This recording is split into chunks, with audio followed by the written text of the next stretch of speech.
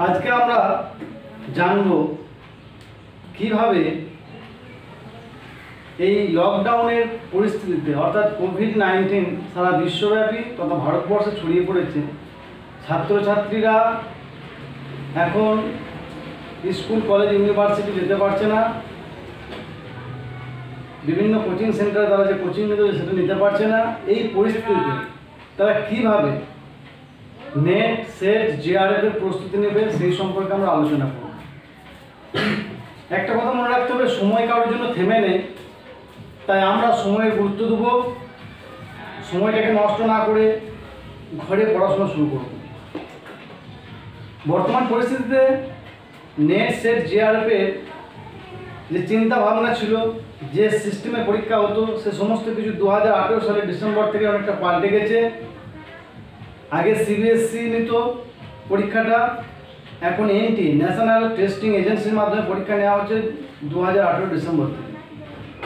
মোট 84টা বিষয়ে পরীক্ষা নেওয়া হবে এবং সারা ভারতবর্ষের 91টি সিলেক্টেড সিটিতে এই পরীক্ষাগুলো অনুষ্ঠিত হবে।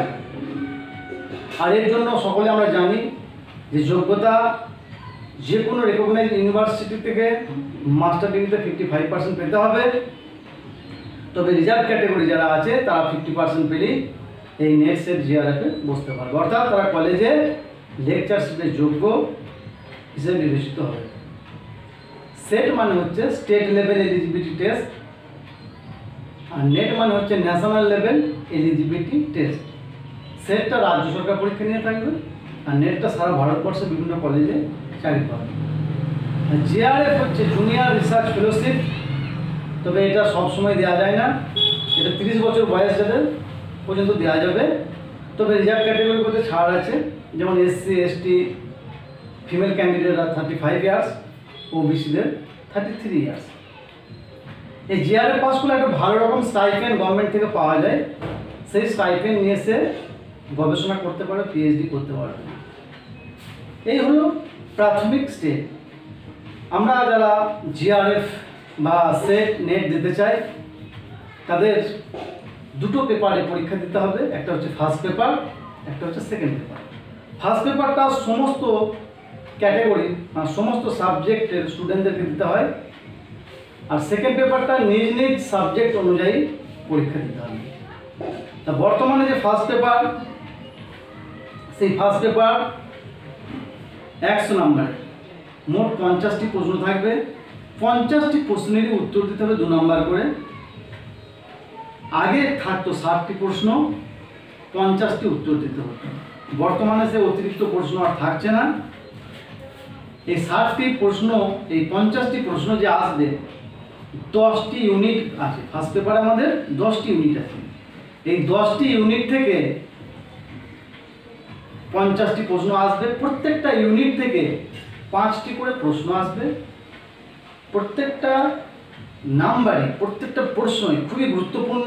যে যত মার্কস এই পেপার থেকে তুলতে পারবে সে পরবর্তীতে এগিয়ে থাকতে পারবে, কারণ ফার্স্ট পেপার এবং সেকেন্ড পেপার মিলিত মার্কস ধরেই আমাদের মেরিট লিস্ট তৈরি হয়।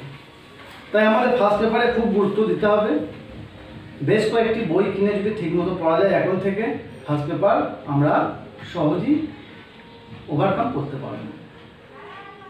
এর প্রথম ইউনিট হচ্ছে টিচিং অ্যাপটিটিউড টেস্ট।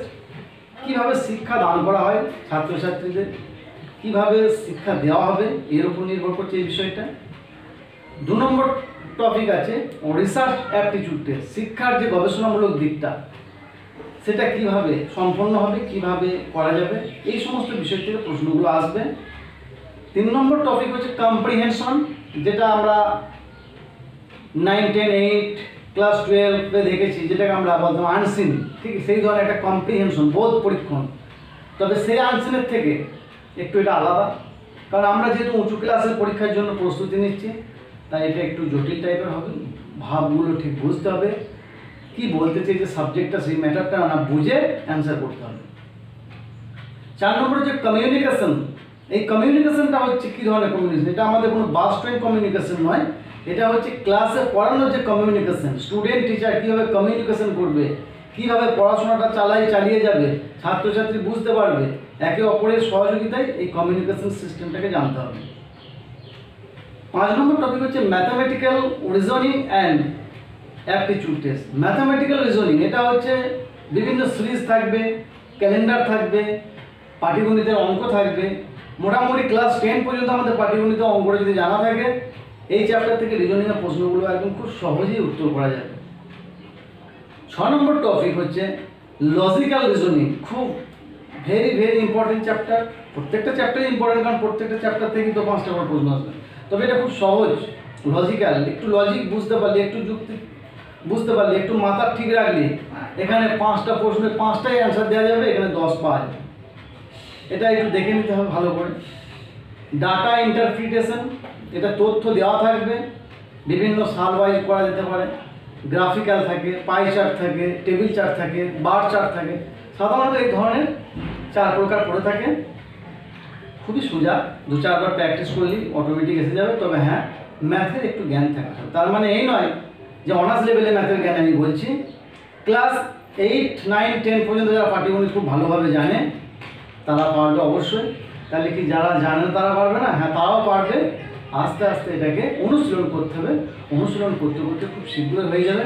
কারণ আমরা যারা নেট সেট জেআরএফ দিচ্ছি তাদের সবারই ব্রেন এখন ম্যাচিউর হয়ে গেছে। আমরা প্রাপ্তবয়স্ক, সবাই মিনিমাম 25-26-এর উপরে বয়স। তাই আমরা চেষ্টা করব এটাকে আস্তে আস্তে রপ্ত করার। এরপরে গুরুত্বপূর্ণ চ্যাপ্টার হচ্ছে ইনফরমেশন অ্যান্ড কমিউনিকেশন টেকনোলজি, যেটা হচ্ছে computer, the age of computer. আজকের যে কম্পিউটার যুগ, ক্লাসে কীভাবে কম্পিউটার ইউজ করা যাবে, কম্পিউটারের মাধ্যমে কীভাবে পড়ানো যাবে, কম্পিউটার শিক্ষায় কীভাবে ভূমিকা রাখছে, শিক্ষা আন্দোলনে কম্পিউটারের ভূমিকা কী, সমস্ত ইনফরমেশন টেকনোলজি, তার যে স্যাটেলাইট সিস্টেম এবং টিভি চ্যানেলগুলোর মাধ্যমে কীভাবে পড়ানো হচ্ছে, কীভাবে ক্লাসের সঙ্গে সংযোগ করা হচ্ছে, এই বিষয়টা আমরা ইনফরমেশন অ্যান্ড কমিউনিকেশন টেকনোলজিতে জানতে পারবো। একদম কম্পিউটারের শুরু থেকে আজ পর্যন্ত যা যা হয়েছে সে সম্পর্কে জ্ঞান থাকতে হবে। তবে জ্ঞান থাকার জন্য খুব বেশি পণ্ডিত আমাদের হতে হবে না। ওই বাজার চলতে কিছু বই কিনলে সেখান থেকে পড়লে ভালো করে একটা আপনার ধারণা স্বচ্ছ এসে যাবে, এবং আশা করি সেইখান থেকে আপনি সমস্ত প্রশ্নের উত্তর যথাযথভাবে দিতে পারবেন। তারপরের চ্যাপ্টার হচ্ছে পিপুল, মানে 9 number topic, people development and environment. এটা খুবই গুরুত্বপূর্ণ চ্যাপ্টার। এখানে পৃথিবীর বিভিন্ন মানুষ সম্পর্কে প্রশ্ন করা হয়েছে, তার উন্নতি সম্পর্কে প্রশ্ন করা হয়েছে, বিভিন্ন ফরেস্ট অর্থাৎ environment system, atomic power, thermal power, hydroelectric power, সমস্ত বিষয়ে প্রশ্ন আছে। সবই সহজ লাগবে। অর্থাৎ ভূগোল, ইতিহাস, জীবনবিজ্ঞান এই সম্পর্কে যাদের একটু জ্ঞান আছে সেই সমস্ত থেকে এগুলোকে সে উদ্ধার করতে পারবে। 10 নম্বর টপিক এবং last chapter, higher education system of India.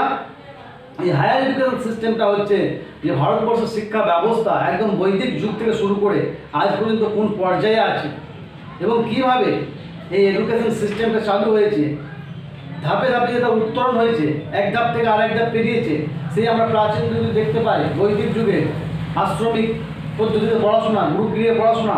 পরবর্তীকালে আমরা দেখেছি বৌদ্ধ যখন ধর্মে ভারতবর্ষ পরিপূর্ণ এবং তৎসংলগ্ন এলাকাতে যখন বৌদ্ধ ধর্ম প্রসারিত হয়েছিল, আমরা নালন্দা দেখেছি, তক্ষশিলা দেখেছি।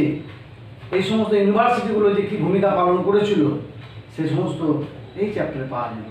তার সঙ্গে আমরা দেখেছি মধ্যযুগে যে মক্তব এবং টোলের শিক্ষা ব্যবস্থা, ব্রিটিশ ভারতে আসার পর স্কুল, ইউনিভার্সিটি, কলেজ এডুকেশনের যে সিস্টেম সেটা দেখতে পেয়েছি। বর্তমানে ভারতবর্ষ শিক্ষায় এক বিশেষ ভূমিকা পালন করছে।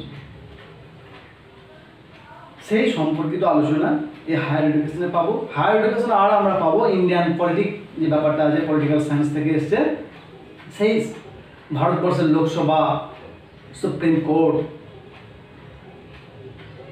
এর নির্বাচন যে সিস্টেম, নির্বাচন পদ্ধতি, ইলেকশন কমিশন, সমস্ত কিছু এখানে পুঙ্খানুপুঙ্খানুভাবে আছে। এগুলো আমাদের করতে হবে। এবার আমরা পরীক্ষার সময় কোন বিষয়ে আগে হাত দেব, তোমরা কম্প্রিহেনশন এবং ম্যাথমেটিক্যাল রিজনিং অ্যান্ড অ্যাপটিটিউডটা বাদ দিয়ে বাকি 8টা বিষয় যার যেখান থেকে ভালো লাগে বা প্রথম থেকে পড়ে যাবে, শুধুমাত্র বাদ রাখবে কম্প্রিহেনশন আর ম্যাথমেটিক্যাল রিজনিং অ্যান্ড অ্যাপটিটিউডটা। বাকি বিষয়গুলো সব থিওরিটিক্যাল, ওগুলো পড়লে তোমরা ইজিলি করতে পারবে, সহজভাবে করতে পারবে, ওগুলোকে করো। টিচিং অ্যাপটিটিউড শুরু করতে পারো, রিসার্চ অ্যাপটিটিউড শুরু করতে পারো, communication, data, logical, information technology, people and development যা আছে অর্থাৎ হায়ার এডুকেশন, এগুলোকে তোমরা আগে শুরু করো। ওই 40টা প্রশ্নকে আগে শেষ করে দাও, তারপরে তোমরা ম্যাথমেটিক্যাল রিজনিং অ্যান্ড অ্যাপটিটিউডটা ধরবে, সব শেষে কম্প্রিহেনশন চ্যাপ্টারটা করবে। তাহলে দেখবে তোমাদের মাথাটা পাজেল হবে না, ঠান্ডা মাথায় তোমরা করতে পারবে। কারণ কম্প্রিহেনশন যখন অনেকে ধরে ফেলে, ওই বারবার ওর মানে বুঝতে গিয়ে অনেকে হিমশিম খেয়ে যায়, দিয়ে নাজাল হয়ে যায়। আমি দেখি অনেক ছেলেকে এসে বলতে, ছেলে মেয়েকে, বিশেষ করে বাংলা সাবজেক্টে, তারা বলে স্যার আমরা তো বাংলা সাবজেক্টে নেট সেট জিআরএফ দেবো, আমাদের খুব কষ্ট লাগছে, কীভাবে ফার্স্ট পেপারটা আমরা ওভারকাম করবো, কীভাবে আমরা ফার্স্ট পেপারটা আয়ত্ত করবো, কীভাবে আমরা ফার্স্ট পেপারে পরীক্ষা দেবো। কিন্তু একটা কথা জেনে রাখা ভালো, যে আমরা যারা বাংলার ছেলে মেয়ে আছি, তাদের সবাই তো বাংলার ছেলে মেয়ে, তাদের সঙ্গে তাদের কম্পিটিশন। বাংলা ছেলে মেয়ের সঙ্গে তো ইংরাজি, ম্যাথ, কমার্স এদের তো কম্পিটিশন নয়। তাই তুমিও যে পজিশনে আছো, অপরজনও দেখা যাবে ফার্স্ট পেপারের ক্ষেত্রে সেই পজিশনে আছে। তাই এখানে ভয় খাওয়ার কিছু নেই। আমরা সবাই বাংলার ছেলে, আমরা সবাই দুর্বল, তাই আমরা অত ভয় খাওয়ার কিছু নেই। আস্তে আস্তে সব ওভারকাম করা যাবে। এই লকডাউনের সময়টা ঘরে যথারীতিভাবে তোমরা পড়াশোনা করো, সময়টা অবহেলায় কাটিও না, এদিক ওদিক করো না। এই সময়টা একটা গুরুত্বপূর্ণ সময়, কারণ পরীক্ষা আজ না হোক, কাল না হোক, পরশু হবেই, এটা একদম ধরে নেওয়া যায়, মানে কি হবেই একদম। অতএব তোমরা নিয়মিতভাবে পড়াশোনা করো। হয়তো দেখা যাবে পড়াশোনা করতে গিয়ে তোমাদের 20% জায়গায় আটকে যাচ্ছে, যা তবু 80% জায়গা তোমরা তো ওভারকাম করতে পারবে। এই 80% এগিয়ে থাকা মানে পরবর্তীতে যখন পরিস্থিতি স্বাভাবিক হবে, কোভিড-19 যখন সরে যাবে, তখন আমরা ওই 20% জায়গা বিভিন্ন কোচিং সেন্টারে গিয়ে শিক্ষক শিক্ষিকার কাছ থেকে নিয়ে আমরা সেটাকে ওভারকাম করতে পারবো। দেখবে খুব সুবিধা হবে। শুধু ফার্স্ট পেপারটা পড়লে তো হবে না, তার সঙ্গে সঙ্গে তোমরা সেকেন্ড পেপারটাও যথারীতি এই সুযোগে পড়ে যাও। একটা চার্ট করে নাও, একটা রুটিন বানিয়ে নাও যে তোমরা কোন পেপার কতক্ষণ পড়বে। দেখবে অনায়াসেই তোমরা নেট সেট জিআরএফ পাচ্ছ, অতীতেও পেয়েছো, এখনও পাচ্ছে বহু ছেলে মেয়ে, আগামী দিনেও পাবে। আশা করি তোমরা এই নিয়ম ফলো করলে অনেকটাই উপকৃত হবে। যাই হোক, আজ আর বেশি কিছু নয়, তোমাদের সকলের সাফল্য কামনা করি। তোমরা সকলেই বড় হও, তোমরা নিজের কর্মস্থলে প্রতিষ্ঠিত হও, নেট সেট জিআরএফে উত্তীর্ণ হও। থ্যাংক ইউ, সবাই ভালো থাকো।